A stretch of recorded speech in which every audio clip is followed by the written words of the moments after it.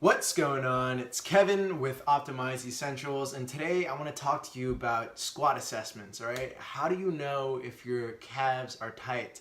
The other day I made a video on the dangers of tight calves. You can go check that out. But now I want to talk to you about how can you assess that during a squat. And if you haven't seen NASM's resource of the squat assessment, I highly recommend getting it. It teaches you basically how to assess a squat from your foot, your core, your knees, basically watching all that from top to bottom, what to pay attention to and what to look for in a squat. This is highly useful if you're a personal trainer. And in the beginning, you might not understand all the terminology, all the muscles that are associated with dysfunction, but I assure you over time, as you're looking into it more and more and practicing more and more, you'll be able to understand and assess a squat thoroughly. So the very first thing that we're going to look at is your feet, all right? So for your feet, typically one thing happens when you have tight calves is that your feet turn out during a squat, all right? When you squat down, right when you get down to like 45 degrees, that's when your foot turns out. As a personal trainer, I see this so often, right? Especially the right foot. The right foot might turn out a little bit more because we often drive with that and we flex it a lot more. And one of the biggest reasons of having tight calves is sitting, right? Lack of mobility, poor ranges of motion, and being in a plantar flex position the whole time. Make sure you watch that video so you understand a little bit more behind it. But if you think about it, really focus on how you're sitting right now. Some of you guys are probably slumped back in your chair with your feet wide open. Some of you guys are probably having your knees just splayed out. And then what happens is that your knees are out and your feet are probably turned out a little bit too and plantar flex. So that muscle, that calf, is extremely tight. So let's take a look at the underactive or overactive muscles, which basically means they're usually tight, right? Overactive, chronically tight muscles. The first one is the biggest culprit are your gastrocnemius, right? So your lateral gastrocnemius, your soleus, right? So your soleus are the smaller portion of your calf muscle. And then the lateral gastrocnemius is the one on the outside. And then they also say that your medial inner calf is the weaker one. So it's underactive, medial calf, and then the overactive is the one on the outside. So if you can imagine, if you can take a look at this picture right now, if this side is excessively tight, what happens is that foot goes out, right? And as a result, we have duck feet.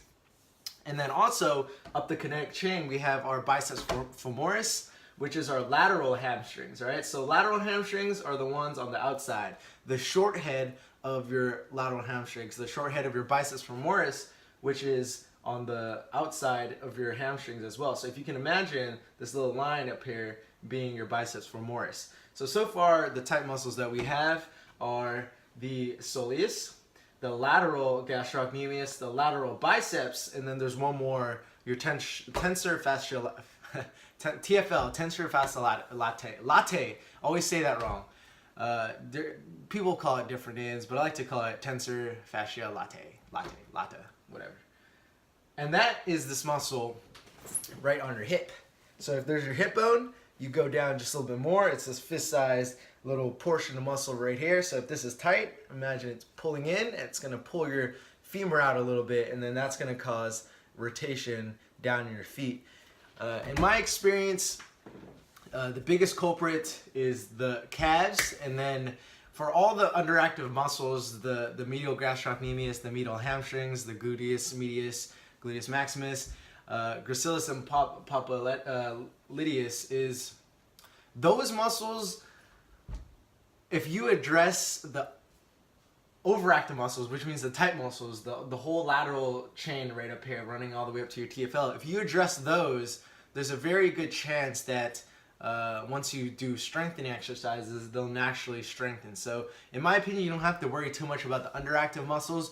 You could address those, but basically in most cases, once you release the tight muscles and then you go through your typical strength and conditioning program with good form, all of that will get fixed by itself naturally.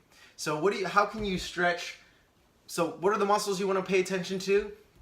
Your soleus, your lateral gastrocnemius, your lateral hamstrings, your bicep femoris, short head, and your TFL. How do you stretch your soleus? Well, you want to first start by standing on a platform, driving your heels into the ground, and straightening out that knee so you can really get into those lower calf muscles. And then after that, you want to do a heel wall push. So you want to push against the wall, drive your heels in the ground. That'll stretch out your calf, your upper calf, your gastrocnemius.